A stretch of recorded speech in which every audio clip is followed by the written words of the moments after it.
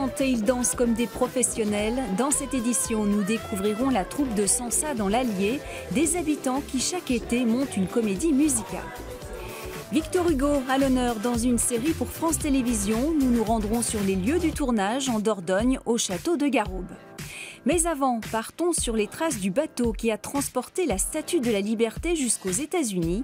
Ce navire, baptisé l'Isère, a longtemps séjourné à Lorient avant d'être coulé par les Allemands pendant la Seconde Guerre mondiale. Là, on fait route, donc vers l'entrée du port de Locmiquélic, où on va aller à l'aplomb de l'épave de l'Isère. Donc on va faire un grand saut dans le temps.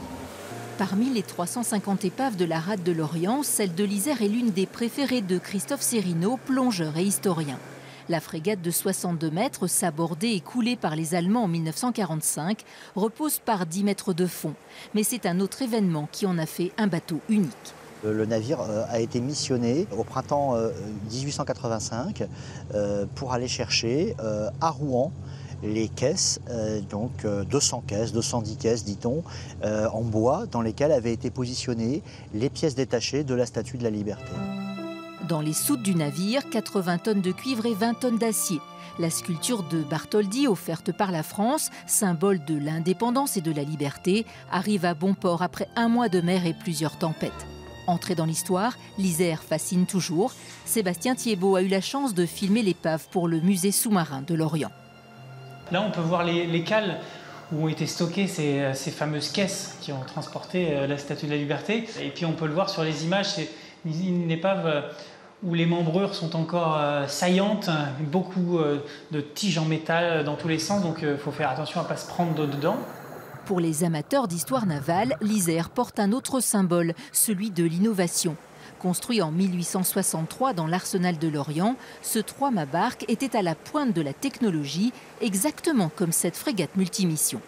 Ces navires, à des époques bien évidemment différentes, intègrent tous les savoir-faire de la France en termes de construction navale. Et pour l'Isère, et ce n'est pas rien, c'est la propulsion à vapeur, c'est la propulsion à hélice et c'est surtout une coque qui est à charpente totalement métallique.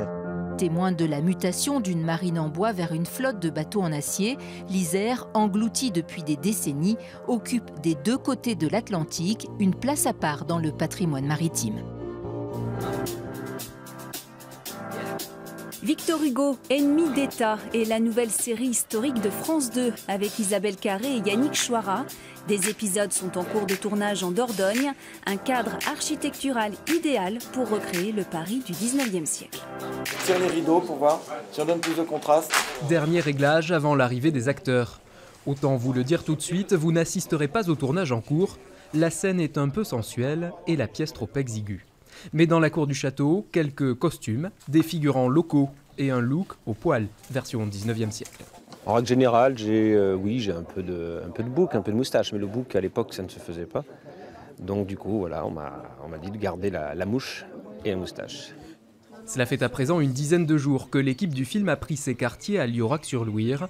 Un décor champêtre, mais uniquement des scènes d'intérieur, car ici l'objectif est de recréer des logis parisiens avec les contraintes de cette production France Télévisions. Victor Hugo habite Place des Vosges, il se rend à l'Élysée, il se rend à l'Assemblée nationale. Normalement, tout se passe à Paris. Mais comme on est dans un budget de service public, on n'a pas les moyens qu'auraient des gros films américains, par exemple. Nos appartements parisiens ressemblent à des châteaux, finalement, à l'intérieur, quoi. Donc oui, dans la Dordogne est riche de décors, c'est sûr. Dans le rôle phare, Yannick Chouara, il interprète Victor Hugo entre 1848 et le coup d'État de Louis-Napoléon Bonaparte en 1851. Une période durant laquelle l'auteur bascule du royalisme à la gauche démocrate. Il y a son engagement politique qu'on connaît un peu, parce que Napoléon le Petit, c'est le livre qu'il a écrit, Les Châtiments, qui raconte aussi sa haine de Louis-Napoléon. Bon, ça on connaît un peu, mais se plonger précisément dans cette période-là et comprendre cette métamorphose qui est très très rare finalement dans le milieu politique, parce que souvent c'est l'inverse qui se passe, mais là c'est quand même assez étonnant, quoi.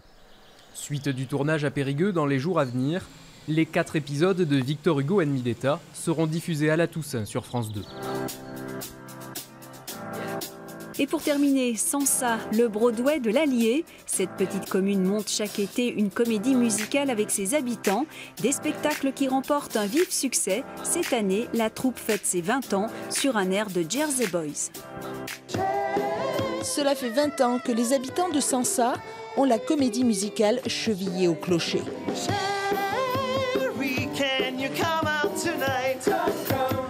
Première répétition générale, la comédie musicale choisie cette année sera Jersey Boys, un spectacle qui, avant Sansa, est passé sur Broadway. Jersey Boy raconte l'histoire vraie de jeunes Italo-américains du New Jersey qui sortiront de la misère grâce à la musique et se feront connaître dans les années 60 sous le nom des Four Seasons. Sur la Grand Place, ils sont 32 comédiens sensatois à répéter. Il y a les premiers rôles masculins et il y a les autres. Je fais une nana qui tient un bar, une alcoolique complètement pas belle. Et ouais, c'est un rôle qui sera drôle, donc ça me plaît. Depuis 20 ans, c'est le même metteur en scène qui monte les spectacles. C'est lui qui s'est enthousiasmé pour cette comédie-là et qui l'a traduite avant de la proposer aux autres comédiens. Pendant un an, on s'est vu tous les lundis soirs pour faire les textes. On s'est vu tous les mercredis soirs pour répéter nos chorégraphies. On s'est vu tous les vendredis soirs avec les filles et tous les samedis avec l'orchestre pour répéter avec eux. Donc ça nous a pris pendant un an, 4 soirs par semaine. On a carrément vécu ensemble pendant un an pour le montage de ce spectacle. Cette année, pour célébrer ses 20 ans, la troupe proposera en bonus des extraits des spectacles précédents. Ce sera fin juin et début juillet.